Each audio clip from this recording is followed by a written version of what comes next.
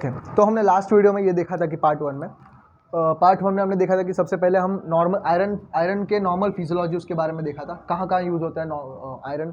Iron सबसे पहले haemoglobin बनने में बहुत इंपॉर्टेंट रोल प्ले करता है, और हीमोग्लोबिन का काम क्या है, ऑक्सीजन को कैरी करता है। एंड दूसरा फंक्शन क्या है, इलेक्ट्रॉन ट्रांसपोर्ट चेन का जो साइटोक्रोम ऑक्सीडेज है, जो साइटोक्रोम्स किससे बनते हैं, आयरन से बनते हैं।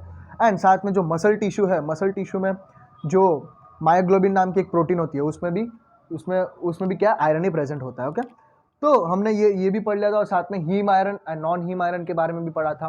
हीम आयरन कौन से फॉर्म में होता है, Fe+2 के फॉर्म में होता है। नॉन हीम आयरन Fe+3 के फॉर्म में होता है। ये दोनों स्टमक के अंदर जाते हैं, बट ये डायरेक्टली एब्जॉर्ब हो जाता है। इसको हमें Fe+2 में कन्वर्ट करना होता है। कौन कन्वर्ट करता है, फेरिक रिडक्टेज कन्वर्ट करता है। और ये Fe2 ये दोनों जो है ड्यूडेनल सेल्स एब्जॉर्ब कर लेते हैं। ड्यूडेनल सेल्स में क्या प्रेजेंट होता है, फेरेटिन प्रेजेंट होता है। और ये फेरेटिन जो है वो आयरन को स्टोर करके रखता है Fe2+, और जब ज़रूरत है तब ब्लड के अंदर ये आयरन को रिलीज कर देता है। और ब्लड के अंदर क्या प्रेजेंट होता है, हिफास्टिन कौन बनाता है, लीवर बनाता है। Okay most of the blood के जो प्रोटीन्स होते हैं, प्लाज्मा प्रोटीन्स, हिफास्टिन जो एक प्लाज्मा प्रोटीन ही है जो ब्लड के अंदर प्रेजेंट होता है, वो लीवर बनाता है। ओके तो आयरन को हिफास्टिन जो है वो वापस Fe+3 में कन्वर्ट करता है। और ये Fe3+ कौन लेके घूमता है, ट्रांसफेरिन, आयरन ट्रांसपोर्ट प्रोटीन है जो ये Fe3+ को ले जाता है, और जहाँ ज़रूरत है वहाँ इस Fe3+ को दे देता है। और वो वाला टिश्यू वापस अपने सेल के अंदर का जो फेरेटिन प्रोटीन है उसको अंदर लेकर, और फेरेटिन प्रोटीन में वो रखते, अपने अंदर स्टोर करके रखता है, और जहाँ ज़रूरत है, जब ज़रूरत है वो उसको यूज़ कर लेता है। ओके तो हम ये सारे चीज़ देख लिया। और कॉजेस में हमने सबसे पहले देखा था कि डिक्रीज्ड इनटेक, हम सही से वेजिटेरियंस में देखा था, ये वर्ल्ड वाइड एक इशू है, डिक्रीज इनटेक, खाना ही सही से नहीं खा पाते, आयरन सही से लेते नहीं है, उस वजह से ये मेन कॉज है। और डिक्रीज्ड एब्जॉर्प्शन, कुछ अंदर से ही प्रॉब्लम है, जीआईटी में कुछ प्रॉब्लम है, गैस्ट्रेक्टोमी, उन सब में कुछ प्रॉब्लम है, उसके वजह से एब्जॉर्प्शन में प्रॉब्लम हो रही है। और इंक्रीज्ड डिमांड, चाइल्ड एज में जब हाईएस्ट ग्रोथ देखने को मिलता है एक ह्यूमन बीइंग में, उस टाइम पे आयरन की उस टाइम पे हमें आयरन की बहुत ज़्यादा ज़रूरत होती है। Okay and fourth is increased loss ज़्यादा हो रही है, जैसे कि हैवी मेंस्ट्रुएशन के टाइम पे। ओके हेलिकोबैक्टर पायरोली होने की वजह से, अल्सर होने की वजह से इंटरनल ब्लीडिंग हो रहा है, कोलोन कैंसर मैंने बताया था, कोलोन कैंसर का इनफैक्ट सबसे पहला जो सिम्टम होता है वो आयरन डेफिशिएंसी एनीमिया ही होता है। और हुकवॉर्म्स, ये सारा मैंने लास्ट वीडियो का जो रिवीजन है, मैंने 3 मिनट में मैंने पूरा ये रिवीजन करवा दिया है। अभी हम पढ़ेंगे पैथोजेनेसिस। तो यहाँ पे आयरन की डेफिशिएंसी हो गई, चारों में से कोई भी कॉज की वजह से आयरन की डेफिशिएंसी हो रही है। ओके तो आयरन की डेफिशिएंसी होने की वजह से this iron deficiency lead to the impaired haemoglobin production. तो अपनी बॉडी में सबसे ज्यादा आयरन की कहाँ जरूरत है, अपनी बॉडी में आयरन सबसे ज्यादा प्रेजेंट कहाँ होता है, हीमोग्लोबिन। और हीमोग्लोबिन का सबसे इंपॉर्टेंट काम क्या है, ऑक्सीजन को कैरी करना। तो जैसे ही अपने बॉडी के अंदर आयरन की कमी हो जाती है, हीमोग्लोबिन प्रोडक्शन में प्रॉब्लम दिखने लग जाएगा। ओके तो इम्पेयर्ड हीमोग्लोबिन प्रोडक्शन, सबसे पहले क्या होता है कि इम्पेयर्ड हीमोग्लोबिन प्रोडक्शन। ओके कोई भी cause, decreased intake, decreased absorption, increased demand and increased loss, इन चारों में से कोई भी कॉज की वजह से आयरन की कमी हो रही है बॉडी के अंदर। आयरन की कमी होने की वजह से सबसे पहले हमें क्या देखने को मिल रहा है, इंपेयर्ड हीमोग्लोबिन प्रोडक्शन, सही से हीमोग्लोबिन प्रोडक्शन ही नहीं हो रहा है। Okay and second, so there is no enough HB for a normal size RBC। तो हीमोग्लोबिन का प्रोडक्शन ही नहीं हो रहा है, तो RBC के अंदर जितना हीमोग्लोबिन आना था उससे कम हीमोग्लोबिन आ रहा है। ये अपना RBC है, ये अपना नॉर्मल साइज RBC है, उसमें इतना हीमोग्लोबिन होना था, बट RBC का हीमोग्लोबिन कम हो गया बिकॉज ऑफ आयरन डेफिशिएंसी के वजह से। ओके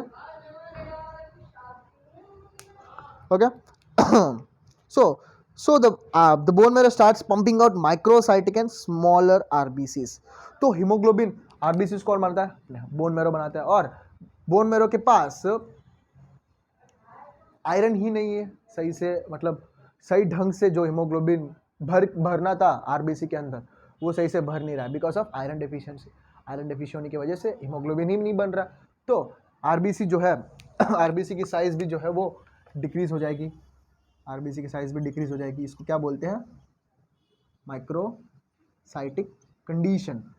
मैक्रोसाइटिक मतलब साइज बड़ा हो जाता है। वो कौन से कंडीशन में देखने को मिलता है? विटामिन B12 डेफिशिएंसी में देखने मेगालोब्लास्टिक एनीमिया में हमें मैक्रोसाइटिक एनीमिया देखने को मिलता है। नॉर्मोसाइटिक होता है जो नॉर्मल साइज होता है, और ये माइक्रोसाइटिक है जो नॉर्मल साइज से साइज छोटा है आरबीसी का, और इसमें हीमोग्लोबिन कंटेंट भी छोटा है। तो आरबीसी का साइज जो है डिक्रीज हो गया, इम्पेयर्ड हीमोग्लोबिन प्रोडक्शन की वजह से आरबीसी का साइज जो है डिक्रीज हो गया। अब इसके बाद देखते क्या होगा। So the bone marrow starts pumping out microcytic और स्मॉल आरबीसीज। तो इसकी वजह से माइक्रोसाइटिक आरबीसीज जो है निकल के बाहर आ रहे हैं। कहाँ से? बोन मैरो से। Okay, and these cells contain less hemoglobin called hypochromic। तो इस माइक्रोसाइटिक सेल्स के अंदर छोटा सेल है तो उसमें हीमोग्लोबिन भी कम ही होगा। हीमोग्लोबिन का मेन काम क्या है? हीमोग्लोबिन अपना ब्लड क्यों रेड दिखता है? Because of haemoglobin. अब हीमोग्लोबिन की कमी हो रही है, हीमोग्लोबिन की कमी होने की वजह से जो कलर होना था ब्लड का, जो नॉर्मल कलर, जो आरबीसी का जो नॉर्मल कलर होना था वो कम हो जाता है। तो उस कंडीशन क्या बोलते हैं? Hypochromic condition. तो वो क्या दिखने को मिलता है? पेल अपीयरेंस। तो एनीमिक पेशेंट कैसा होता है कि उसका स्किन जो है वो पेल दिखने लग जाता है, एकदम चौक जैसा। उसका स्किन जो ऐसा सबको लगता है कि वो गोरा है, नहीं वो गोरा नहीं है, वो पेल दिख रहा है। पेल और गोरे में बहुत डिफरेंस होता है। ओके, जब जो नॉर्मल पर्सन होता है जिसमें एनीमिया नहीं होता है, वो एकदम उसका स्किन जो है वो पता चल जाता है, और जो एनीमिक पेशेंट होता है उसमें स्किन जो है वो पेल हो जाता है, उसको स्किन का जो ब्राइटनेस होता है वो बदल जाता है। ओके, तो इस तरह हम, ये एक बहुत इंपॉर्टेंट सिम्टम है, एक साइन है एनीमिक पेशेंट को फाइंड करने का। ओके तो माइक्रोसाइटिक क्यों देखने को मिला? क्योंकि आरबीसी हीमोग्लोबिन कम भर रहा है, तो आरबीसी का साइज भी बोन मैरो कम साइज करके छोड़ रहा है, और साथ में हीमोग्लोबिन कम है, तो उसकी वजह से हमें हाइपोक्रोमिक देखने को मिल रहा है। और इन दोनों कंडीशन के वजह से हम आयरन डेफिशिएंसी एनीमिया को क्या बोलते हैं? Microcytic hypochromic anaemia. ओके इसीलिए इसको हमने नाम दिया।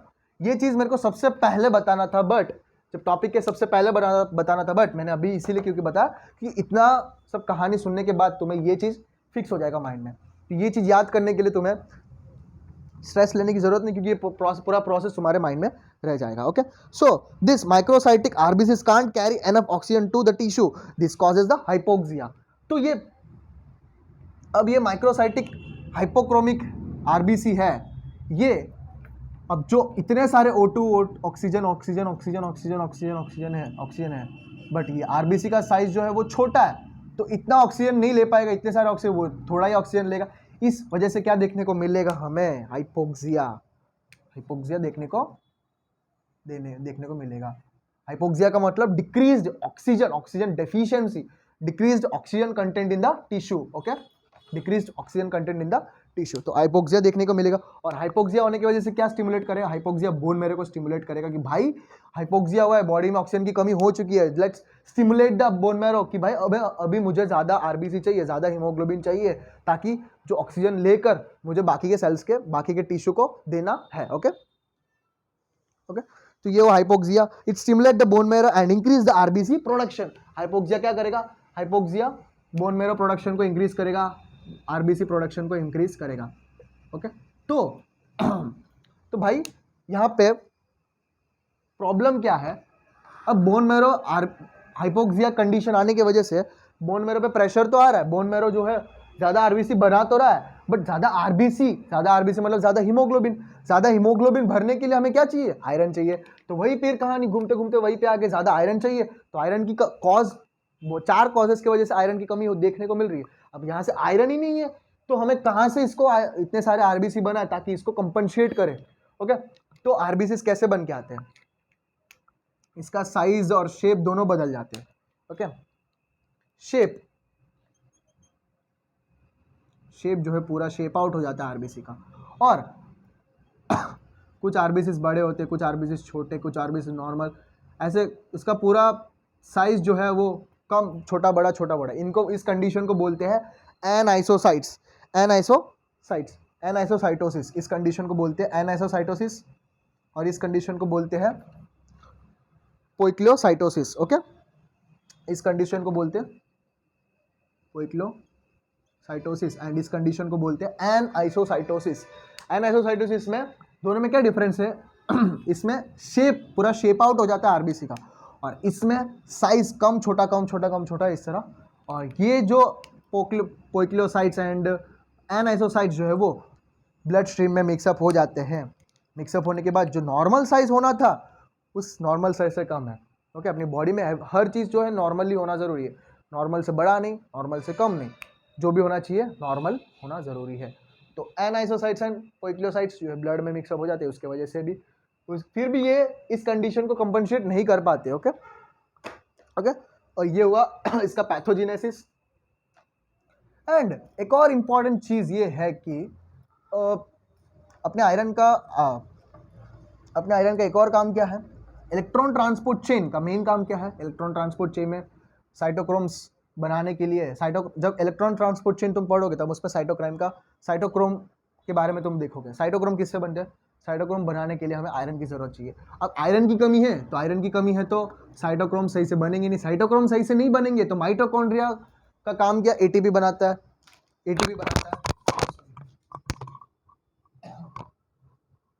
माइटोकॉन्ड्रिया का काम क्या? एटीपी बनाता है। तो आयरन डेफिशिएंसी होने की वजह से वो एटीपी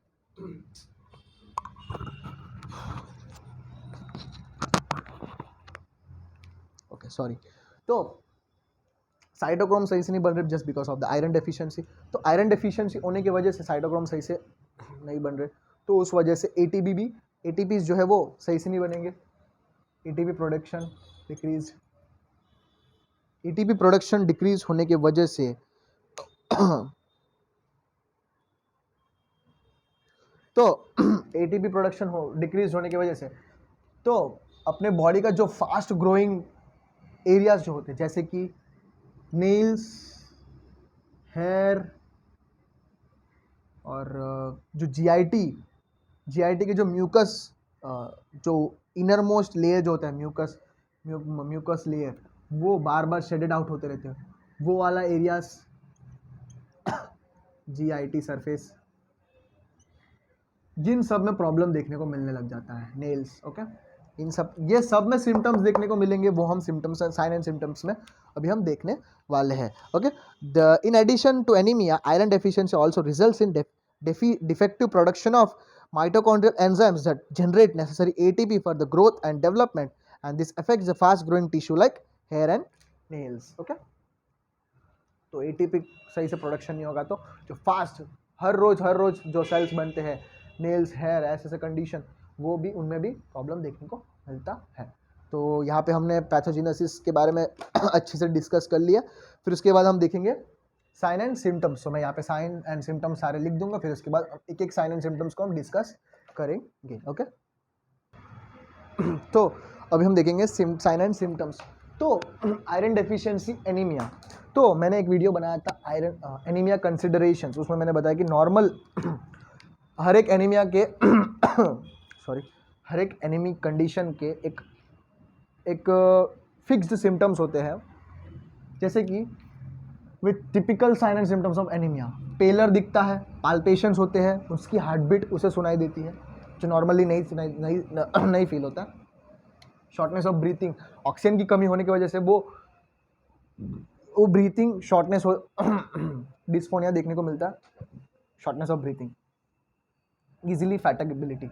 ओके, तो ये अगर हम बात करें आयरन डेफिशिएंसी एनीमिया की प्रोग्नोसिस की बात करें, ये मतलब आगे जाके कुछ प्रॉब्लम तो क्रिएट नहीं करेगा, मतलब इसकी मॉर्बिडिटी की वैल्यू, मतलब मॉर्बिडिटी कैसी है इसकी, इससे कोई डेथ नहीं होता, बट जीते जी नरक दिखा देगा। Sorry. So these are the 4 typical sign and symptoms of the anaemia. और इसके जो स्पेसिफिक सिम्टम्स, जिससे हमें पता चल जाएगा कि भाई इसको आयरन डेफिशिएंसी एनीमिया है, जैसे कि एक स्पेसिफिक सिम्टम है विटामिन B12 डेफिशिएंसी और फॉलिक डेफिशिएंसी की वजह से जो टंग जो है ना वो पेल दिखने लग जाता है एकदम। विटामिन B12 और फॉलिक एसिड क्या काम क्या है, वो अपने डीएनए प्रोडक्शन में बहुत इंपॉर्टेंट रोल प्ले करते हैं। वो जब पढ़ेंगे उसके ऊपर मैं डिटेल डिस्कशन करूँगा। जब एनीमिक पेशेंट को हम उसका टंग चेक करते हैं, उसका टंग जो एकदम स्मूथ दिखता है, जो भी म्यूकस मेम्ब्रेन है वो सारे स्मूथ दिखते हैं विटामिन B12 डेफिशिएंसी पेशेंट के अंदर, एनीमिक पेशेंट के अंदर। तो वैसे ही हर एक एनीमिया के पर्टिकुलर स्पेसिफिक सिम्टम्स होते हैं, जैसे कि कोलेंचिस में जो नेल्स जो होते हैं ना वो स्पून जैसे शेप हो जाते हैं, स्पून शेप हो जाते हैं। मैंने बताया था ना कि एटीपी प्रोडक्शन सही से होता नहीं, एटीपी प्रोडक्शन सही से नहीं होगा। जो डेली मतलब नॉर्मल एक फास्ट ग्रोइंग पार्ट्स कौन से, नेल्स, हेयर, वो सारे सही से ग्रोथ नहीं होंगे। कोलेंचिस, स्पूनिंग ऑफ नेल्स जो है वो स्पून होते रहेंगे, ओके, जो नॉर्मल शेप में नहीं होंगे, स्पून जैसे हो जाएंगे। हेयर लॉस होता रहेगा। और थर्ड, पिका का मतलब consumption of non food substance. उनको चौक खाने की, मिट्टी खाने का मन करेगा, क्ले, ये सब खाने का मन करता रहेगा वो इस पेशेंट को, आयरन डेफिशिएंसी पेशेंट को, ओके। तो यहाँ पे कंप्लीट होता है पैथोलॉजी। हमने सब पढ़ लिया, कॉजेस पढ़ लिया, नॉर्मल फिजियोलॉजी पढ़ लिया, कॉजेस पढ़ लिए, और इसका पैथोजेनेसिस पढ़ लिया, साइलेंट सिम्टम्स भी पढ़ लिया, और साथ में हम पढ़ेंगे diagnosis and treatment. Diagnosis and treatment के बारे में हम देख लेते हैं, जो एक नॉलेज के लिए रहना चाहिए। और एग्जाम में तुम ये सारे चीज़ लिखोगे डायग्नोसिस एंड ट्रीटमेंट के बारे में, तो तुम्हारे मार्क्स भी इंक्रीज हो सकते हैं। तो डायग्नोसिस एंड ट्रीटमेंट के बारे में बात करते हैं। सो हम डायग्नोसिस की बात आते हैं। जब कोई एनीमिक पेशेंट है तुम्हारे पास आया, तुमने उसको सीबीसी करवाया नॉर्मल, तुमको ऐसा शक है कि इसको आयरन डेफिशिएंसी एनीमिया हो सकती है, तो तुम उसे आयरन प्रोफाइल टेस्ट, मतलब आयरन उसका चेक करवा सकते हो, आयरन प्रोफाइल चेकअप करवा सकते हो। तो उसमें क्या दिखता है, सबसे पहले सीबीसी में आयरन डेफिशिएंसी का सबसे पहला क्लासिकल सिम्टम डिक्रीज हीमोग्लोबिन, तो सबको पता है एनीमिया में, हर एक एनीमिया में ये प्रेजेंट होता ही है। और second MCV, decrease MCV, mean corpuscular volume, okay. मैंने इसके ऊपर सारा पूरा वीडियो बनाया, MCV, MCH, MCHC, PCV, erythrocyte sedimentation rate, पूरा वीडियो मैंने बनाया, मैं डिस्क्रिप्शन में वीडियो डाल दूंगा, डिटेल्ड वीडियो। इसके मतलब कम होने की वजह से या बढ़ने की वजह से कौन से पैथोलॉजिकल कंडीशंस देखने को मिलते हैं और क्यों कम होते, क्यों इंक्रीज होते, वो सारे के ऊपर मैंने डिटेल्ड वीडियो बना दिया है, okay. Decreased ferritin level, ferritin का काम क्या है, वो temporarily stores the iron, okay. तो ये पूरा कम हो जाता है। आयरन की कमी हो तो ये बनेगा ही नहीं, ओके। लो सीरम आयरन, आयरन की कमी है तो सीरम में आयरन की कमी देखने को मिलेगी। एंड इंक्रीज्ड, ये देखो ये याद करने वाली इंपॉर्टेंट फैक्टर है, increased total iron binding capacity. देखो आयरन की कमी है बट आयरन बाइंडिंग कैपेसिटी जो है बॉडी की वो बढ़ रही है, इंक्रीज्ड है, तो आयरन की चाहत है। And high RDW, red blood cell distribution rate, ये red blood cell distribution rate क्या होता है, नॉर्मल अपने बॉडी में जो नॉर्मल साइज के आरबीसीस होते हैं तो ये नॉर्मल रहेगा। जब नॉर्मल, अभी देखो मैंने पढ़ाया था एनएसओसाइट्स होते हैं, एनएसओसाइट्स मतलब डिफरेंट साइजेस ऑफ आरबीसीस हमें देखने को मिलते हैं, बिकॉज ऑफ फोर्स पड़ रहा है बोन मैरो के ऊपर, तो वो अलग अलग टाइप ऑफ एक पर्टिकुलर शेप बना के भेजता था, वो शेप में नहीं, कभी छोटा कभी बड़ा, ऐसे अलग अलग एन आइसोसाइट्स देखने को मिलता है। उस वजह से हमें RDW ज़्यादा देखने को मिलता है, मतलब अलग अलग शेप, RDW ज़्यादा हाई है, मतलब RDW हाई है, इसका मतलब ये है कि अलग अलग टाइप ऑफ शेप्स के आरबीसीस ब्लड के अंदर प्रेजेंट है। And the last one is peripheral blood smear. अगर हम ब्लड को पेरिफेरल ब्लड स्मीयर में हम देखेंगे माइक्रोस्कोप के अंदर, तब क्या, तो उसमें हमें क्या देखने को मिलेंगे, आयरन डेफिशिएंसी एनीमिया कौन सा एनीमिया में आता है, माइक्रोसाइटिक हाइपोक्रोमिक एनीमिया, माइक्रोसाइटिक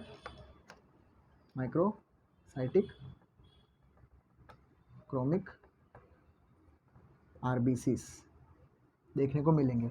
जो नॉर्मल आरबीसी का साइज होना था उससे कम होगा, जो नॉर्मल आरबीसी का कलर होना था उससे कम होगा, ओके। तो ये उसका पेरिफेरल ब्लड स्मीयर का पिक्चर इस तरह होगा, okay. This is a normal diagnosis जो तुम्हें याद रखना है। ये इतना तो तुम्हें याद रखना ही पड़ेगा, जब तुम मेडिसिन स्पेशली पढ़ोगे उसमें बहुत कुछ आएगा, डायग्नोसिस में अलग अलग टाइप के बहुत कुछ आएगा।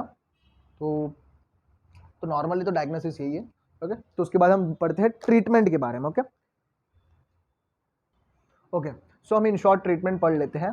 तो आयरन डेफिशिएंसी एनीमिया जब सीवियर हो जाता है, सीवियर मतलब अब कोई रास्ता नहीं है, मेडिसिन से कुछ नहीं हो सकता, सीवियर कंडीशन में क्या करेंगे, ऑब्वियसली ब्लड ट्रांसफ्यूशन, खून चढ़ाना, ब्लड ट्रांसफ्यूशन करवा देंगे। ओके, ये एक पहला ट्रीटमेंट है। And addressing the cause and giving oral iron supplements like ferrous sulphate. सबसे पहले अब कोई तुम्हें पता चल गया कि आयरन डेफिशिएंसी एनीमिया है इस पेशेंट को, तो तुम्हारा सेकंड काम क्या होगा, उसके कॉज को पता करना। भाई प्रॉब्लम कहाँ आ रहा है, तुम आयरन कम ले रहे हो तो उसको आयरन, उसके डाइटरी में आयरन बढ़ा दो, डाइट चेंज करवा के। ओके, अगर तुम्हें इंटरनल ब्लीडिंग हो रहा है, मेंस्ट्रुएशन हाई है, तो जाके गायनिक को मिलो। इंटरनल ब्लीडिंग हो रहा है, उस प्रॉब्लम को ठीक करो। साथ में ये मेडिसिन भी रखो। कौन सी मेडिसिन, इसमें क्या होना चाहिए,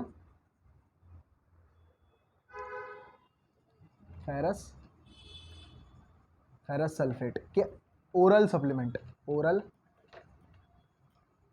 सप्लीमेंट्स। तो ये फेरस सल्फेट देना है, और साथ में उस कॉज के ऊपर भी मेडिकेशन चालू रखना होगा। ओके, तो ये हुआ इसके ट्रीटमेंट, ओरल सप्लीमेंट्स। ये ओरल सप्लीमेंट, ये फेरस सल्फेट जो होता है ना, वो डायरेक्ट नहीं लिया जाता, ये ऑरेंज जूस के साथ दिया जाता है, ऑरेंज जूस फ्लूइड्स के साथ taken. This can be taken with orange juice which is slightly acidic and helps in absorption. ये ऑरेंज जूस जो है वो एक एसिडिक होता है, और ये जो भी आयरन ये ले रहा है बॉडी, ये आयरन जूस एब्जॉर्प्शन में हेल्प करेगा। जैसे मैंने बताया था वीडियो फर्स्ट पार्ट में, जब फीमेल्स प्यूबर्टी, जब उनका मेंस्ट्रुएशन स्टार्ट होता है, और not only at that age, females को मोस्टली मैं रिकमेंड करता हूँ कि गुड़ और पीनट्स खाना ज़रूरी है, बिकॉज वो अपने बॉडी जो भी डाइटरी आयरन है उसको एब्जॉर्प्शन करने में हेल्प करते हैं। जो 1 mg एब्जॉर्प्शन होता था वो इंक्रीज हो जाएगा। ओके, ये उसका काम है, ऑरेंज जूस के साथ लेना चाहिए। बट ओरल सप्लीमेंट लेने के उसके खुद के साइड इफेक्ट्स हैं, जैसे कि नोजिया, वॉमिटिंग, और एक और क्लासिकल साइड इफेक्ट क्या है, कॉन्स्टिपेशन देखने को मिलता है। ओके, और साथ में जो स्टूल है, फीकल मैटर है, वो पूरा ब्लैकिश हो जाता है because of iron, oral iron supplement. Okay, constipation देखने को मिलता है, कॉन्स्टिपेशन। तो ये सब चीज़ों को हटाने के लिए इंट्रावेनस आईवी चढ़ा सकते हैं। इस आईवी के थ्रू हम इस प्रॉब्लम को क्लियर कर सकते हैं। मोस्टली आईवी को ही प्रिफर करते हैं। ओके, ये हुआ। ओके, ये हुआ normal treatment of the iron deficiency anaemia. ये मैं क्या बोलता हूँ, ये कोई मतलब इसी तरीके से ट्रीट करना, मैं ऐसा नहीं बोल रहा हूँ, मतलब यही एक रास्ता, मैं ऐसा नहीं बोल रहा हूँ, बहुत सारे हैं। तुम बुक खोलोगे, हैरिसन डेविडसन, कुछ अच्छा मेडिसिन की बुक खोलोगे तो बहुत सारे रास्ते हैं, बहुत डिटेल में दिया गया है, पूरा डायग्नोसिस ट्रीटमेंट बहुत लंबे आयरन डेफिशिएंसी के देखने को मिलेंगे। बट मैंने इन शॉर्ट मैंने बता दिया, क्योंकि भाई तुम बुक रीड कर रहे हो तो इतना तुम्हारे दिमाग में रहेगा, तो तुम्हें वो बुक तुम्हें आसानी से हेल्प करेगा समझने के लिए। ओके, तो और एक चीज़ मैं बता देता हूँ, जब अपनी बॉडी में आयरन की क्वांटिटी, आयरन का जो क्वांटिटी जितना नॉर्मल उससे ज़्यादा हाई होगा, उस कंडीशन को बोलते हैं हीमोक्रोमेटोसिस।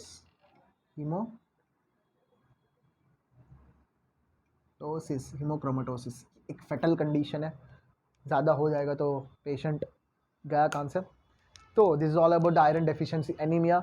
मैंने क्या पढ़ाया था, सबसे पहले हमने नॉर्मल फिजियोलॉजी देखा था, आयरन डेफिशिएंसी क्या होता है, हीमोग्लोबिन किस तरह दिखता है, आयरन कहाँ प्रेजेंट होता है, वो चीज़ हमने देखा। फिर उसके आयरन का मेटाबॉलिज्म, आयरन के फंक्शंस क्या होता है, आयरन किस तरह, कौन से टाइप ऑफ आयरन्स होते हैं वो भी हमने देखा। ओके, किस तरह आयरन को ऑब्जॉर्व करते हैं, उसके नॉर्मल फिजियोलॉजी को हमने पढ़ा, और उसके बाद उसके कॉजेज देखे। कॉजेज देखने के बाद 4 कॉजेज हमें मिले, जो मेजरली वही होते हैं। 4 कॉजेज देखने के बाद उसके बाद हमने उसके पैथोजेनेसिस के बारे में पढ़ा। पैथोजेनेसिस पढ़ने के बाद हमने सिम्टम्स, आयरन सिम्टम्स देखे, फिर उसके बाद डायग्नोसिस, फिर उसके बाद हम ट्रीटमेंट पे पहुंचे। तो हर एक पैथोलॉजिकल डिजीज हम इसी तरह पढ़ेंगे। ओके,